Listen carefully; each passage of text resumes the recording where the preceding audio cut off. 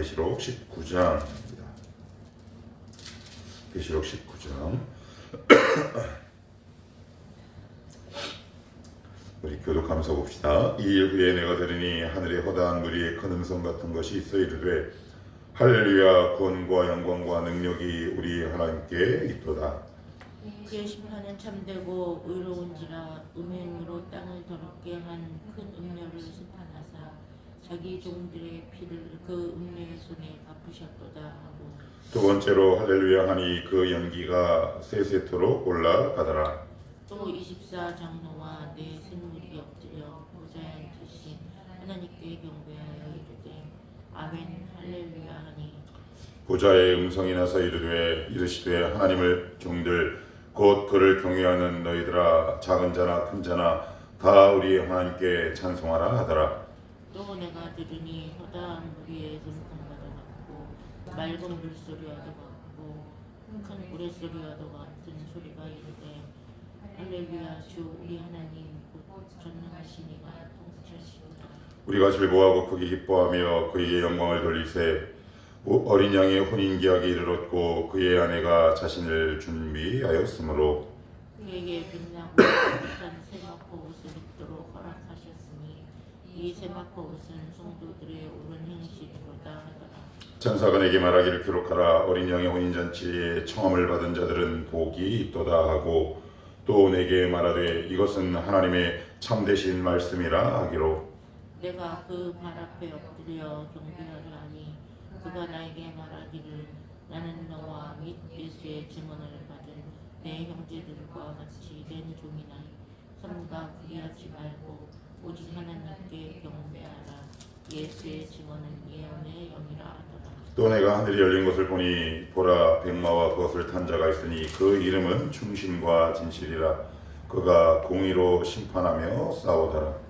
그 눈은 불꽃 같고 그 머리에는 많은 관이 있고 또 이름 쓴 것 하나가 있으니 자기밖에 있는 자가 없고 또 그가 핏 뿌린 옷을 입었는데 그 이름은 하나님의 말씀이라 칭하더라. 하늘에 있는 군대들이 키고 깨끗한 세마포 옷을 입고 백마를 타고 그를 따르더라. 그의 입에서 예리한 검이 나오니 그것으로 만국을 치겠고 친히 그들을 철창으로 다스리며 또 친히 하나님 곧 전능하신 이의 맹렬한 진노의 포도주 틀을 밟겠고 그 옷과 그 다리에 이름을 쓴 것이 있으니 만왕의 왕이여 만주의 주라 하였더라. 또 내가 보니 한 천사가 태양 안에 서서 공중에 나는 모든 새를 향하여 큰 음성으로 외쳐 이르되 와서 하나님의 큰 잔치에 모여 왕들의 살과 장군들의 살과 장사들의 살과 말들과 그것을 탄 자들의 살과 자유인들이나 종들이나 작은 자나 큰 자나 모든 자의 처를 모으라 하더라. 또 내가 보니 그 짐승과 땅의 임금들과 그들의 군대들이 모여 그 말 탄 자와 그의 군대와 더불어 전쟁을 일으키다가 짐승이 잡히고 그 앞에서 표적을 행하던 거짓 선지자도 함께 잡혔으니 이는 짐승의 표를 받고 그의 우상에게 경배하던 자들을 표적으로 미혹하던 자라.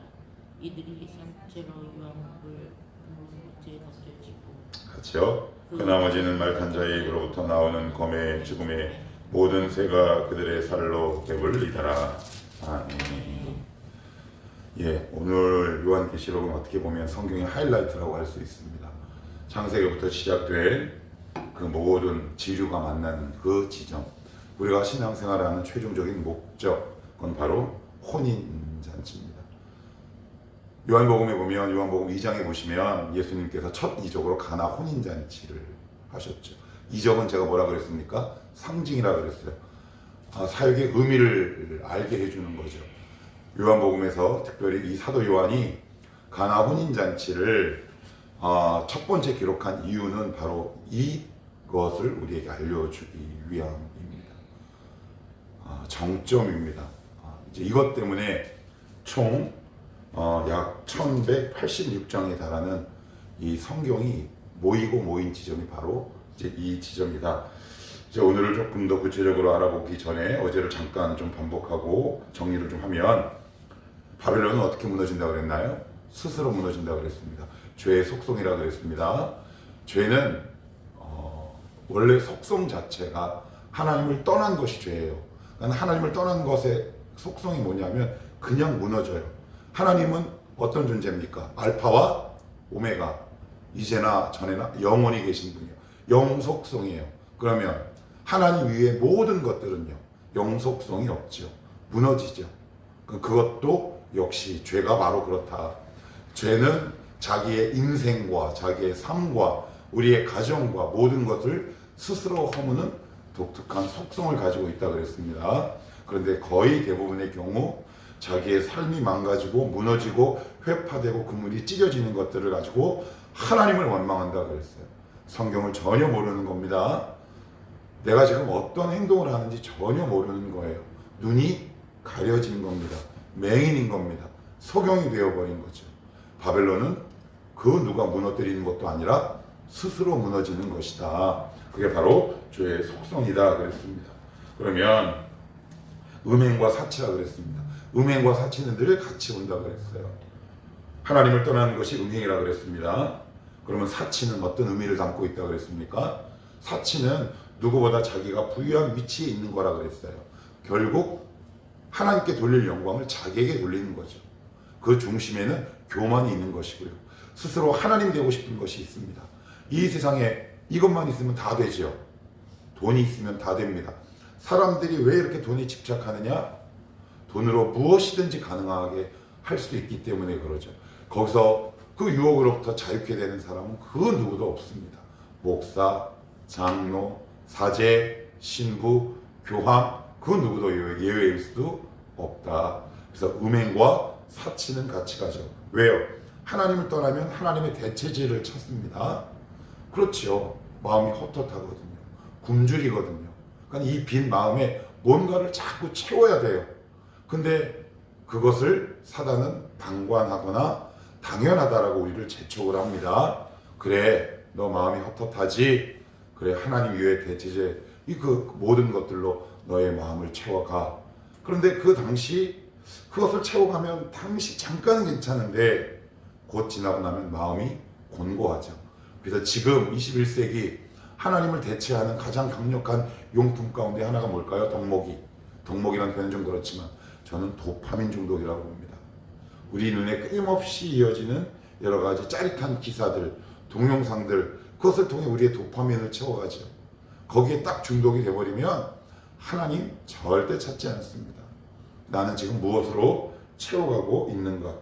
그렇게 살지 말고 어떻게 살라 그랬어요? 거기서 나오라. 제가 이 말씀 드렸습니다. 출 갈대아 우루, 출 소돔, 출 굽, 출 죄악. 그래서 개인, 공동체, 나라들을 거기서 부르시는 장면이 성경에 굉장히 많이 등장을 합니다.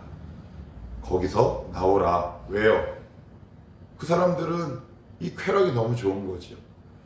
이 쾌락 때문에 믿음을 저버리고 신의를 저버린 사람들이요. 666표를 받은 사람들이요. 거기서 그들과 함께 고통당하지 말고 그 죄악의 현장에서 나오라. 자, 그러면 이제 오늘 성경의 하이라이트라 그랬습니다. 창세기에서 출발한 그 수많은 지류가 오늘 바로 이 지점에서 만나는데, 이제 오늘 말씀을 보면 우리가 알고 있던, 우리가 자주 사용하는 단어, 이런 단어였구나. 아마 여러분들 새롭게 아마 이해가 되는 구절들이 많이 있을 겁니다. 자, 1절을 같이 한번 읽어봅시다. 시작. 이르되 내가 들으니 하늘에 허다한 무리의 큰 음성 같은 것이 있어 이르되 할렐루야, 구원과 영광과 능력이 우리의 하나님께 있도다. 그래요. 자, 여기 보시면 이 일 후에가 뭐예요? 바벨론이 무너진 이후에, 그죠? 바벨론이 무너진 이후에 하늘에, 어디에? 하늘에서 소리가 납니다. 이게 되게 중요해요. 하늘에 허다한 무리의 큰 음성 같은 것이 있어 이르되 할렐루야. 여러분, 우리 할렐루야 많이 하죠. 보통 제일 많이 할 때가 언제냐면 두 가지. 교회에서는 어떤 강사한테 왔을 때 할렐루야 그러잖아요. 그러면 아멘, 아니면 곧 할렐루야 이러든가, 아니면 개인적으로는 우리 자녀가 취업했을 때, 그죠? 집장만 했을 때 할렐루야 그러잖아요. 그런데 오늘 성경에 보시면 전혀 아니다. 그러면 한번 이 질문을 던져볼게요. 할렐루야가 성경에 많이 나오나요? 거의 안 나와요. 딱 두 권에밖에 안 나와요. 구약은 시편, 신약은 계시록에서만 나옵니다. 그런데 할렐루야를 사용할 때가 있어요. 막 사용하지 않아요. 성경은 한번 찾아볼게요. 시편 104편입니다. 시편 104편 5절입니다. 시편 104편 5절. 시편 104편 5절입니다.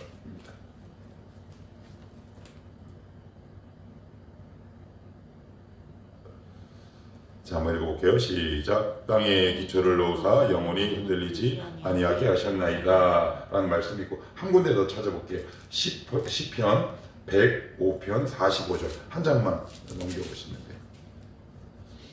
자, 45절 시작. 이는 그들이 그의 율례를 지키고 그의 율법을 따르게 하려 하심이로다. 할렐루야. 할렐루야. 그래요. 오늘 아까 우리 요한계시록에서도 뭐라고 나왔어요? 할렐루야라고 나오죠. 근데 할렐루야는 뭐와 연관돼서 나오냐면 하나님의 심판과 공의와 연관돼서 나옵니다. 이때만 쓰는 겁니다. 우리 집값 올랐다고 할렐루야 쓰는 게 아닙니다. 이게 진정한 참여인 거죠. 하나님, 이 땅을 심판하시옵소서. 이 땅에 하나님의 공의와 심판이 이루어졌습니다. 이거와 연관돼서만 사용할 때 바로 우리는 할렐루야 이렇게 사용을 해요. 그래서 여기 보시면 다시 19장 1절을 보시면 할렐루야 뭐요? 구원. 그러면 구원의 저편에는 뭐가 있어요? 심판이 있죠. 구원과 심판은 항상 같이 가요. 노아의 방주는 구원, 심판은 뭐예요? 물이잖아요. 항상 같이 간다는 말이에요. 그래서 여러분 할렐루야 할 때 아무나 막 사용하시지 마시고 이게 우리가 의미 있게 사용할 수 있어야 돼요. 그래서 성경에서 할렐루야를 사용하는 그 용례는 언제 있느냐? 하나님의 심판이 이 땅에 공의로 실행됐을 때 할렐루야 딱 여기서만 사용돼요. 요한계시록에서만 사용돼요. 여러분 복음서에도 사용될 법하고 다른 곳에서도 사용될 법한데 아멘은 신명기에서부터 너희는 아멘 아멘 할지니라. 그런데 할렐루야는 시편이랑 요한계시록. 그래서 이 할렐루야는 언제 사용된다? 하나님의 심판과 관련돼서 하나님의 심판이 이루어졌을 때. 그럼 아까 그 시편은 언제냐? 그 출애굽기란 말이에요. 출애굽기가 나오기 전에 몇 가지 재앙이 있었어요. 10재앙 심판이 있었단 말이에요.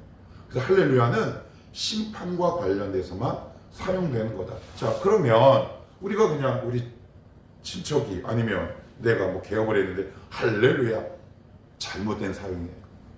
그것을 그 뜻은 아름답지만 그래도 성도라면 이게 목사들부터도 잘못됐어요. 그냥 뭐 다 만나자마자 목소리 쭉 깔고 할렐루야 막. 그래서 저는 대답 안 합니다. 뭐야? 그냥 안녕하세요 하면 되잖아요. 할렐루야 하면 거룩 계십니까? 그렇지 않죠. 할렐루야는 하나님의 구원, 심판, 공의가 실현됐을 때 사용되는 단어다. 시편과 계시록 오직 두 군데만 하나님의 심판을 노래하는 겁니다. 할렐루야는 나의 유익에 따라 외치는 것이 아니라 하나님의 구원과 심판, 하나님의 공의가 이 땅에 실현됐을 때. 자, 그러면 여기 보시면 아까 제가 1절에 하늘, 아까 제가 강조했어요. 구원과 영광과 능력이 누구에게 있도다? 우리 하나님께 있도다. 그런데 이 소리가 어디서부터 나왔어요? 하늘에서 나왔어요. 이게 중요해요. 자, 그러면 이 땅에서 구원과 영광과 능력이 누구에게 있다고 얘기합니까? 황제에게 있다고 얘기하죠. 왕에게 있다고 얘기하죠. 또 누구에게 있다고 얘기합니까? 이 세상의 실세, 궁극적으로 뭐예요? 돈에 있다라고 얘기합니다. 이게 이제 완전히 배치되는 거예요. 그러니까 우리는 두 가지 가운데 한 가지를 반드시 선택하셔야 돼요. 하늘의 소리를 들으면 구원과 영광과 능력은 누구에게 속해 있다?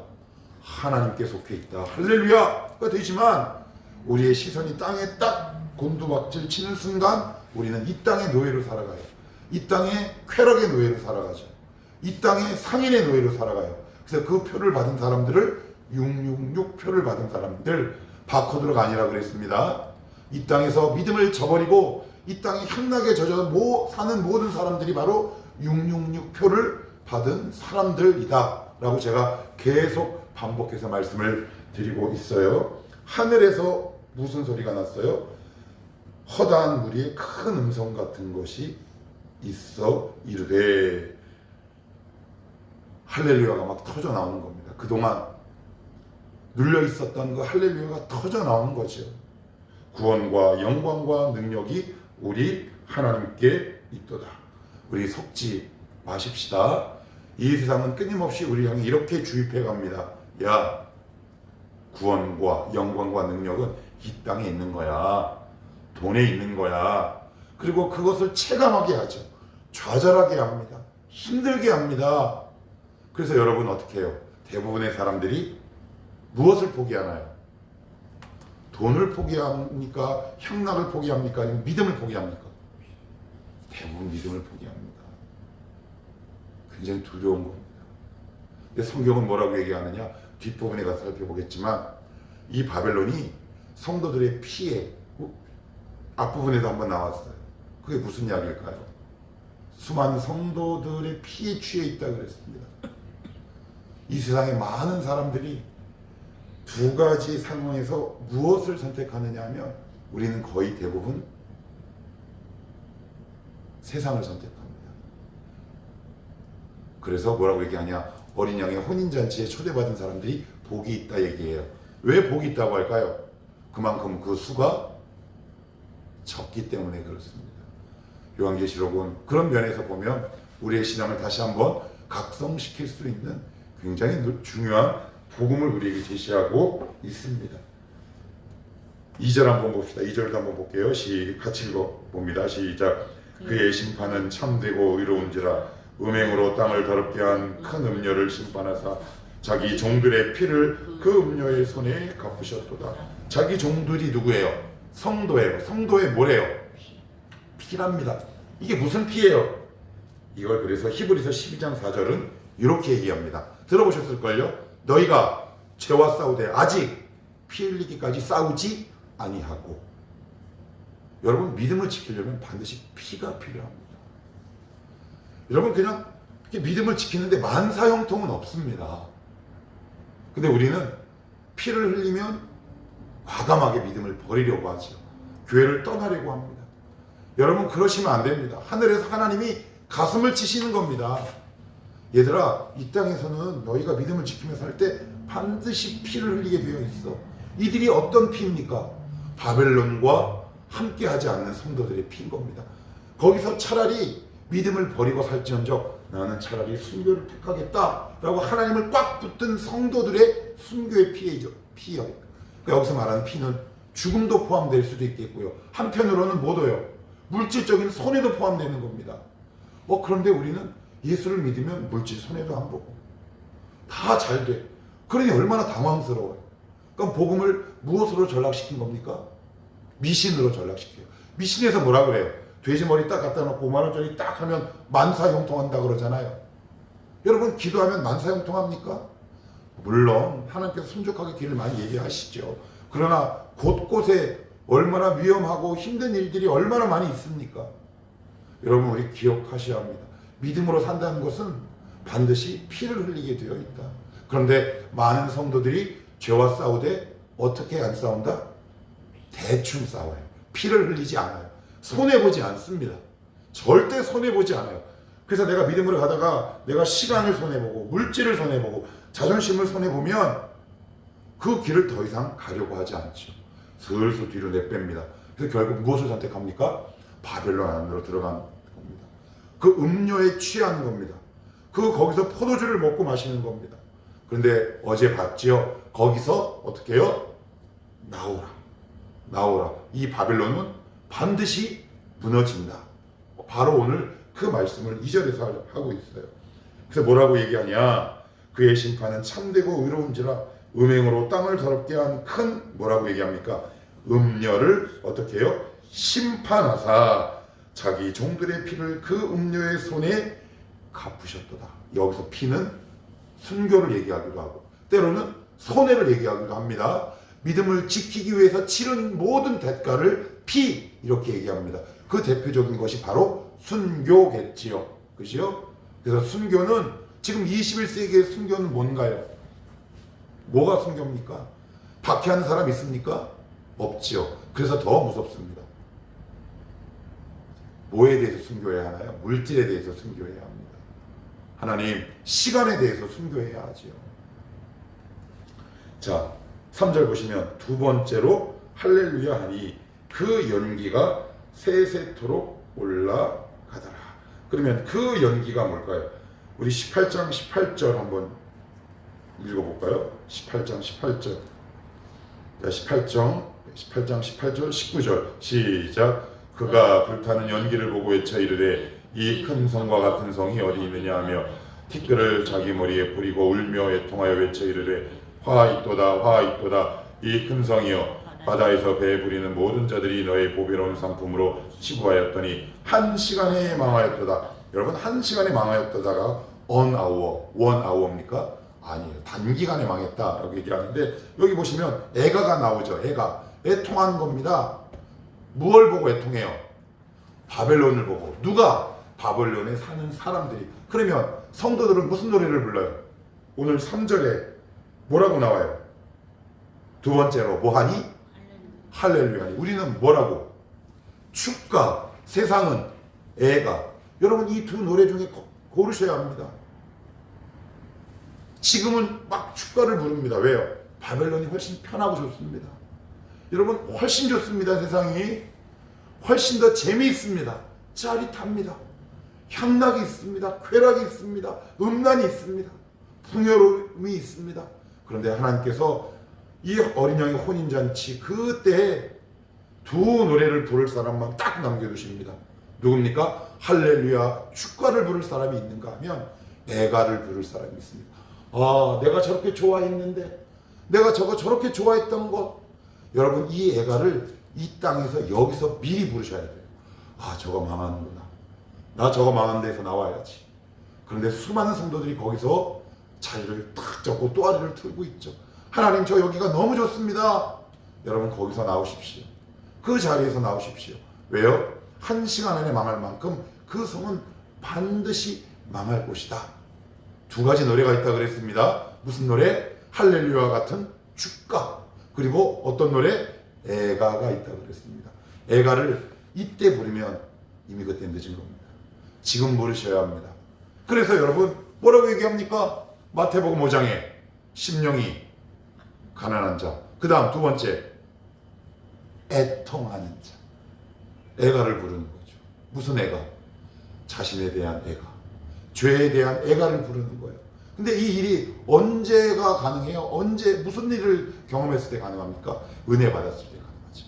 말씀이 들어올 때 가능합니다. 그런데 이 말씀이 없으면 어떤 애가가 나오느냐? 이 애가가 나와요. 어떤 애가요? 세상에서 내가 저렇게 출세하지 못했어. 남들은 저런데 내 꼬라지를 봐. 돈도 없잖아. 여러분, 그 애가는 굉장히 파괴적인 애가입니다. 그거는 누구의 애가입니까? 바벨론의 애가입니다. 우리는 애가를 부르되 어떤 애가를 부르자? 죄에 대한 애가. 부끄러운 애가를 부르는 겁니다. 언제? 지금. 어떻게? 말씀을 들을 때. 하나님의 은혜를 받음으로. 그것이 그래서 나중에 뭐로 바뀐다? 축가로 바뀌는 거죠. 아, 그때 내가 이 결단하길 잘했구나. 내가 믿음을 선택하길 너무너무 잘했구나. 4절도 한번 읽어봅니다. 자, 시작. 또 24장로와 네 생물이 엎드려 보좌에 앉으신 하나님께 경배하여 이르되 아멘 할렐루야 하니. 오늘 우리가 부른 노래가 뭐예요? 할렐루야 아멘. 성경에 아멘 할렐루야가 유일하게 나와요. 여기만 나옵니다. 여기만 나와요. 딱 한 군데 아멘 할렐루야. 이게 무슨 얘기입니까? 아멘이 무슨 뜻이에요? 맞습니다. 주님의 심판이 옳습니다. 할렐루야. 주님을 찬양하겠습니다. 딱 한 군데 나오는 겁니다. 끝에 축가를 부르는 성도들의 모습이 나오는 거죠. 근데 여기 4절에 보시면 24장로는 뭐라고 그랬나요? 12지파. 신약의 12사도. 신구약의 모든 성도라 그랬습니다. 그죠? 그럼 내 생물은 모든 피조물이에요. 보좌에 앉으시는 하나님께 어떻게 해요? 경배하여 이르되. 근데 여기 보시면 내 생물이 어떻게 해요? 엎드려. 이게 뭐냐면 예배의 핵심이에요. 자기를 확 하고 던져버리는 거예요. 어떻게 해요? 던져버리는 거예요. 하나님 앞에 확 자기를 던져버리는 거라고요. 왜 자꾸 갈등이 있냐면 하나님께 나를 안 던져요. 어디다 던지냐면 세상에 던지는 거죠. 여러분, 물에 딱 던지면 다시 못 빠져나오잖아요. 근데 우리는 어디다 던질까요? 물 언저리에 던져요. 제가 예전에도 한번 말씀을 드렸어요. 저희 신혼초에 제 아내랑 하도 심심해가지고 고스톱을 쳤어요. 10원인가? 여기 맞게는 하도 오래 기억도 안 나요. 그런데 주일에 설교를 말씀을 딱 듣는데 악은 모든 모양이라도 버리라. 그게 확 찔려가지고 제가 화토장을, 그게 참 되게 부끄러운데 누가 보면 무슨 도박한 사람인 줄 알겠지. 그래서 그 쓰레기통에 탁 버렸는데 어떻게 버리는 줄 아세요? 언저리에 버렸어요. 쓰레기통. 왜요? 나중에 마음이 바뀌면 다시 치려. 그러지 마십시오. 하나님께 여러분의 인생을 던지십시오. 다시 뒤에 있는 다리를 끊으셔야 합니다. 그래야 돌아가지 않습니다. 예배는 하나님께 자기 자신을 던지는 겁니다. 우리의 예배가 예배되지 않는 이유는 던지지 않습니다. 매주일 우리의 인생을 예배에 한번 던져보십시오. 우리의 삶이 왜 안 변하겠습니까? 근데 예배 드리는 내내 우리는 던지지 않지요. 그래서 우리는 남겨둡니다. 무엇을 남겨둬요? 이 목사가 수십 년 전에 그 화투장을 쓰레기통 언저리에 탁 얹어두고 싹 보면서 왔던 그것을 우리는 매주 반복하고 있는 겁니다. 그러지 말라고 하는 성경은 강력하게 경고하고 있습니다. 아멘 할렐루야 하니. 참 놀랍죠. 두 가지 노래가 있습니다, 여러분. 애통의 노래가 있고 할렐루야 같은 축과 같은 축복의 축하의 노래가 있다. 자, 여기 보시면 여러분 혹시 이 이야기 들어보셨나요? 6절 읽고 제가 말씀을 한번 드릴게요. 6절도 한번 읽어봅니다. 시작. 또 내가 들으니 허다한 무리의 음성과도 같고 많은 물소리와도 같고 큰 우레소리와도 같은 소리로 이르되 할렐루야. 이게 무슨 얘기예요? 허다한 무리의 음성 같고 많은 물소리와도 같고 큰 우레소리와도 같다. 이게 뭐냐면 이거예요. 물이 저쪽에서 상류에서 이렇게 쫙 옵니다. 그런데 그것을 이렇게 딱 막아둬요. 여러분, 왜 이렇게 성경 안에 우리가 생각했던 것보다 할렐루야가 되게 적죠? 숫자가. 이 땅에서 살면서 할렐루야 외칠 일이 거의 없어요. 이 땅은 불이에요. 의롭지 못해요. 억울한 일이 너무 많아요. 끙끙 가슴앓이 하는 경우가 훨씬 많습니다. 근데 어린 양의 혼인잔치에는 그 막혔던 그 댐이 빡 하고 터지는 거예요. 그래서 뭐가 나와요? 할렐루야. 그래서 여기에서 차관대에서 지은 그 유명한 클래식이 핸델의 오라토리예요. 핸델이 이 곡을 딱 찍고 뭐라고 얘기했냐면 SDG, 솔리데오 글로리아. 그래서 여러분, 핸델 그 노래 마지막 그 메시아 마지막을 다 할렐루야 할 때는 어떡합니까? 목사님들이 다 우리 모두 자리에서 일어납시다. 그래. 왜요? 믿지 않는 사람들도. 그래서 한 책에 보면 요 핸델의 오라토리오 이 메시아가 이렇게 딱 연주될 때는 안 믿는 사람도 이 곡이 나오면 자리에서 일어났대요. 얼마나 영광스러우며. 솔리데오 글로리아. 오직 하나님께만 영광. 그런데 오늘 여기는 할렐루야 아멘. 여기는 아멘 할렐루야. 함부로 쓸 수 없는 거죠. 아멘 할렐루야는 딱 여기서만 사용된 말입니다. 자, 여기 보시면 자, 7절도 보시면 우리가 즐거워하고 크게 기뻐하며 그에게 영광을 돌리어 어린 양의 혼인기억이 이르렀고 그의 아내가 자신을 준비하였으므로 8절 읽어요. 시작. 그에게 빛나고 깨끗한 세마포 옷을 입도록 허락하셨으니 이 세마포 옷은 성도들의 옳은 행실이로다. 이 세마포가 뭐예요? 여러분, 결혼식의 주인공이 누굽니까? 신부예요. 주님의 복장은 여러분 안 나오는데 신부, 우리들의 복장은 성경은 표기를 해요. 왜요? 우리 주님이 이 결혼식 날 우리를 위해서 주인공의 자리를 성도에게 양보하시고 고생했다. 이 땅에서 너 고생했다. 너 정말 얼마나 고생했니? 불의한 일 때문에 가슴을 치며 얼마나 많이 울었으며 내가 그렇게 쉽게 응답하지 않는데도 너 그렇게 내 앞에서, 내 보좌 앞에서 땅을 치며 네 가슴을 치며 이렇게 기도의 삶을 살았구나. 그것이 우리에게 상급이요 우리의 옳은 행실로 지금부터 차곡차곡 쌓이는 거죠. 하나님은, 우리 주님은 어린 양의 혼인잔치 때 어린 양의 우리를 위해서 당신의 주인공 자리를 내어주세요. 여러분 읽어보세요. 성도들의 세마포옷을 집중적으로 기억을 하고 있습니다. 사랑의 완성이죠. 1186장 끝에 드디어 여기까지 오게 되는 겁니다. 이걸 위해서 성경을 기록한 겁니다. 우리는 반드시 주님과 혼인해야 될 사람들입니다. 여러분, 그러니 거기서 나오십시오. 거기서 애가를 미리 부르십시오.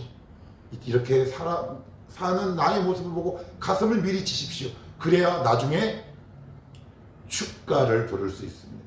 지금 축가 함부로 부르지 마십시오. 속는 겁니다. 어린 양의 혼인잔치에 많은 사람들이 초대돼서 어느 날 딱 갔더니 너도 있었구나. 너도 있었구나. 그런데 있는 줄 알았는데 없어. 얼마나 당황스럽겠습니까? 우리 그때를 기다리며 이 땅에서 믿음, 세상 과감하게 믿음을 선택할 줄 아는 지혜로운 신부 같은 삶을 살아내시기를 주님의 이름으로 축복합니다. 기도합시다.